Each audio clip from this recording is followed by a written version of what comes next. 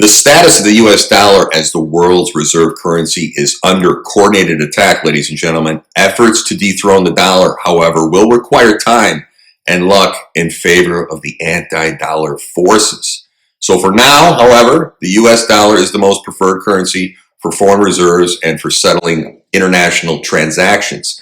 So even a partial weakening of the dollar's global demand will limit the U.S. regime's ability to throw its weight around the world internationally.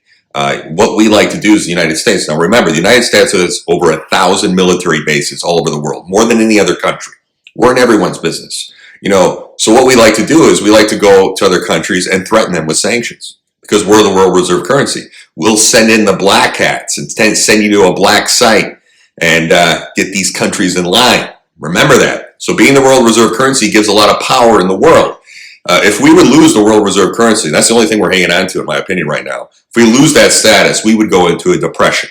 So events, though, ladies and gentlemen, are not moving as quickly as the pundits are predicting. CNN and Fox, all this stuff you're seeing in internet is bullshit. But they are moving. Things are moving. If current trends continue, the United States will find itself facing a new and enduring era of stubborn price inflation. It will be even higher than it is now, and weakening U.S. geopolitical power. So it seems Washington is unwilling to do what is necessary to prevent it right now, and they could, but they're not. They know what they have to do. So, kind of what makes a good global reserve currency? Take a look at this. Number one, the currency is used frequently in international trade. The currency has a high degree of convertibility. The domestic economy has a large and open financial markets, and the domestic economy is large. The dollar fits in all that. So things are a little more arduous than you think with when we look at China, Russia, and these other countries and their currencies. So I think we need to look at this holistically before we have a meltdown about the dollar status of the world reserve currency. Much of the discussion around the decline of the dollar is framed as a matter of the Chinese, renminbi, RMB, or the yen becoming the global reserve currency. This is not an imminent replacement of the dollar with the RMB. However, it's not going to happen anytime soon, in my opinion, when we really delve into the micro data. There are many reasons for this. China still uses capital controls. Its economy is not nearly as open as the U.S. economy, and the U.S. government debt still looks less risky than Chinese debt. Yeah, so we are witnessing a growing trend in the world's regimes of moving away from the dollar as an overwhelming favorite among currencies used for international trade right now. So there is some shifting going on, but what I want to make clear is there's a lot of moving parts to this. It's not going to happen overnight. The U.S. could put a stop to this right away. So when we look at these agreements, they are concerning. The recent agreement at Russia-China summit to carry out trade transactions between Russia and the countries of Asia, Africa, Latin America, and that's from Vladimir Putin.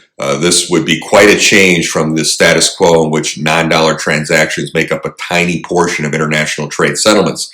This trend is catching on elsewhere as well. Last month, China and Brazil reportedly struck a deal to allow companies to settle their trade transactions in the two countries. So, in their own countries, so they're basically going to ditch the United States dollar as an intermediary between the two. Meanwhile, a French company bought 65,000 tons of liquefied natural gas. That's LNG, meaning, so the Chinese national oil company, I think it's CNOOC, and France's Total Energies have completed Chinese first yen-settled LNG trade.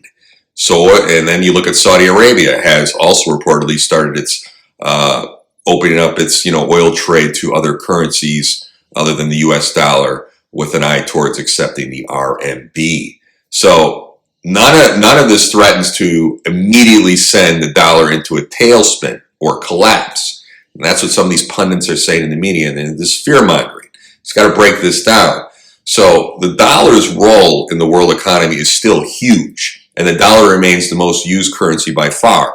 So why does, and this is important, reserve currency status matter, ladies and gentlemen? So being the country whose currency enjoys global reserve status brings both domestic and international advantages to the U.S. regime. That's why we have the lifestyles we do right now, and we're the envy of the world. We lose that, we're screwed. So domestically, reserve currency status brings a greater global demand for dollars. That means more of a global willingness to absorb dollars into the foreign central banks and foreign bank accounts, even as the dollar inflates and loses purchasing power. So ultimately, this means the U.S. regime can get away with more monetary inflation. That's what they need to stop, and more financial, repression and more debt, before domestic price inflation gets out of hand. So, kind of, even if the U.S. Central Bank, the Federal Reserve, creates $8 trillion in new dollars in order to prop up U.S. asset prices, much of the world will take those dollars out of U.S. domestic markets, and this will reduce price inflation in the U.S., at least in the short term. So the fact that the dollar dominates in global trade transactions means more global demand for U.S. debt. Or, I think there was a quote from Reuters put it in 2019, the dollar is used for at least half of international trade invoices. That's 5 times more than the United States share of the world good imports, fueling demand for U.S. assets. So those assets include, U.S. government debt, and this pushes down the interest rates at what the U.S. government must pay on its enormous $30 trillion. I did a talk on this. We could have locked in a rate of 1.8%, but we got greedy. Now it's over 3.5. So we have it's over 31 trillion in debt right now. This also decreases the likelihood of a U.S. sovereign debt crisis. So domestically in the U.S., reserve status for the dollar, mutes inflation, lower interest rates, enables more government spending. So internationally, the U.S. government enjoys many benefits from reserve status. For example, the U.S. regime is much more easily able to impose, as I discussed earlier, economic sanctions on companies. Send in those black hats around the world. So against the rivals. So thanks to the role of the dollar in international trade and banking, dollars are central to the Society for Worldwide Interbank Financial Telecommunications. We've talked about this SWIFT system, which is the main messaging network through which international trade transactions are initiated. So in recent years, this control of SWIFT has enabled the U.S. to largely exclude both Iran and Russia from much of the international banking system. We run the show. So the U.S. has also frequently threatened sanctions on a number of countries that have not been quick to accept U.S. primacy in all the regions of the world. Remember Gaddafi? He was thinking of going off the dollar. Look what happened to him. So how do we stop the slide away from the reserve currency? For obvious reasons, the U.S. regime wants to maintain the U.S. dollar status. If the U.S. regime were motivated, in my opinion, to ensure economic prosperity and security for Americans, not Ukrainians, it could easily do so. All that is required is to end the U.S. central bank's easy money policies, reduce monetary inflation, and rein in deficit spending.